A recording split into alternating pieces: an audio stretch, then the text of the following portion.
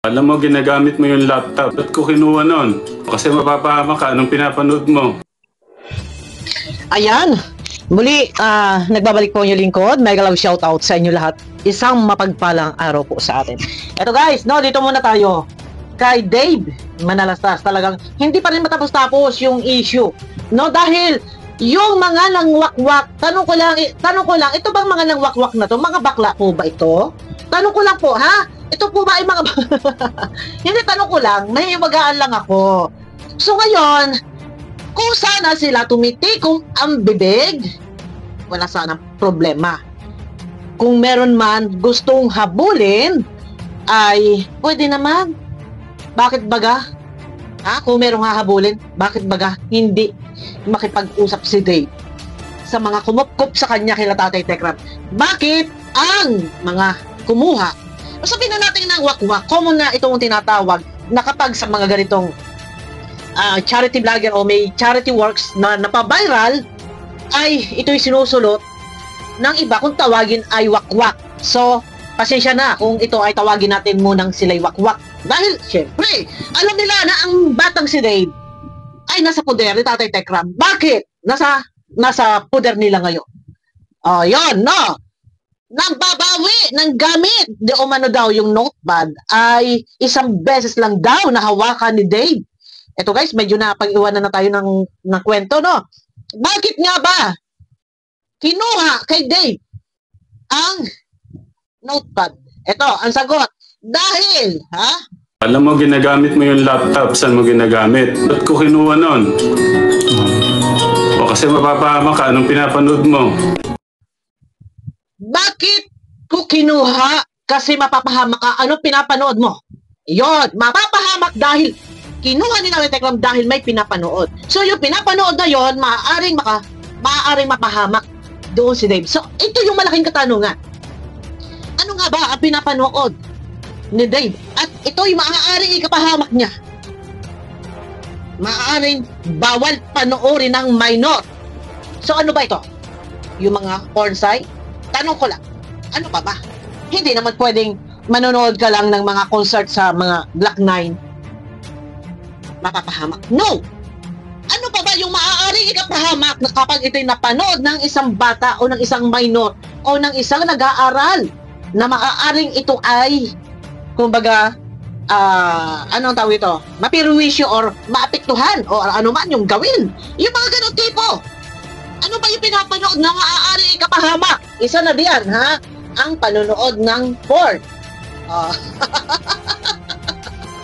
So, hinahabol ang notepad. Sino naghahabol? Si Dave. Hindi. Ang Ninong. Ninong ang naghahabol. Ikaw ang nag-i-interest. Pag binigay, bigay na. So, hindi naman inakin kung gustong bawiin, bakit hindi si Dave ang makipag-usap, ang kumuha? At bakit puro kayo patutsada, puro post? Wala ba kayong mukhang maiharap? Malamang. Wala kayong mukhang maiharap. Manghiram kayo ng mukha sa aso. Ganun lang iyon. Kung wala na kayong mukhang maiharap pa. Di ba? O, tuloy. Simula doong pinadala ko kay VL, sabi ng bata sa akin, Ninong, isang beses lang Ninong nahawakan ko yan. Wow! Ang sabi, ito binabasa na text, John. Ang sabi ng Ninong, ayon daw kay Dave, isang beses lang daw ni Dave na hawakan. Ito. Kuya, pwede ba humarap ka minsan sa usapan? Yung tao sa tao, itin ka naman na. Ninong, noong pa pong unang linggo kami naghihintay. Yan lang naman ang pinaka-importante doon kung merong gustong habulin. Ang tagal na. Ilang linggo na. Nagbigay na ng go signal. Sila Tatay Tekram kung gusto'y pumunta doon. Ay bakit?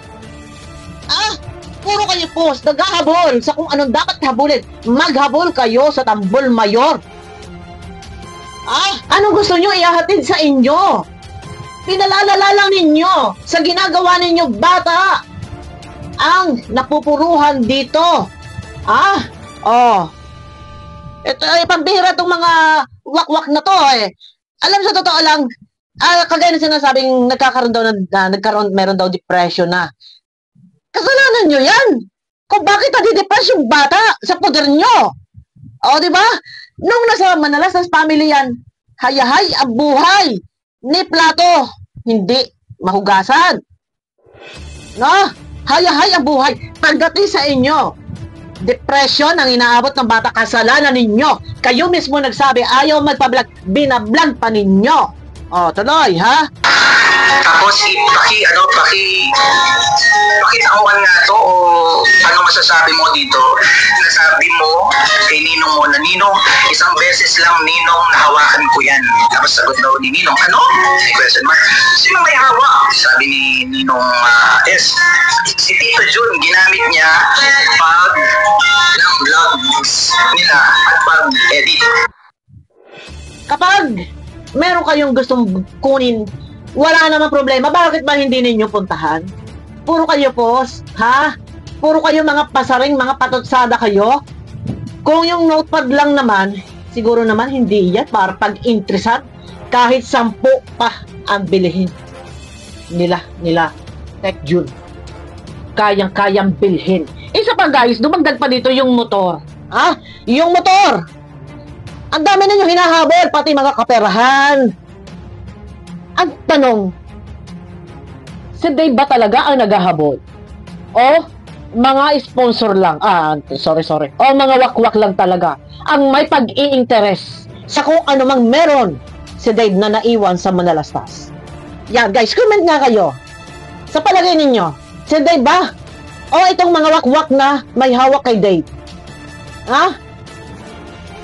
Naghahabol? Tatanungin ko lang din. Kasi nahiwagaan ako. Parang mga matatandang walang asawa tong mga to. Ano ba to? Mga bading.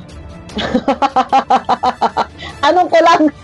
Kasi nahiwagaan ako sa mga itsura eh. Kulang na lang mag-lipstick eh. Lalo na yung isa. Ang akin lang naman, hindi maglalaot yan at hindi. Kailangan na magpasaring-saring kayo, mag-post-post kayo. Puntahan ninyo. Puntahan ninyo sa bahay ng Manalastas family. For your information, Ninong, noong pong unang linggo kami naghihintay. Sabi po nila pupunta sila dito para kunin yung gamit nila. Magpasa hanggang ngayon, wala pong kumukuha. O, diba? Unang linggo pa lang, nagsabi na, kung gustong kunin, pumunta sa bahay nila. Pumupunta ba si Dave? Kayo bang mga ninong nakikipag-ugnayan sa Manalastas family? Wala kasi kayong maiharap na mukha. Unang linggo pa lang, nagsabi kung gustong kunin, pumunta lang doon. Pambihira talaga to.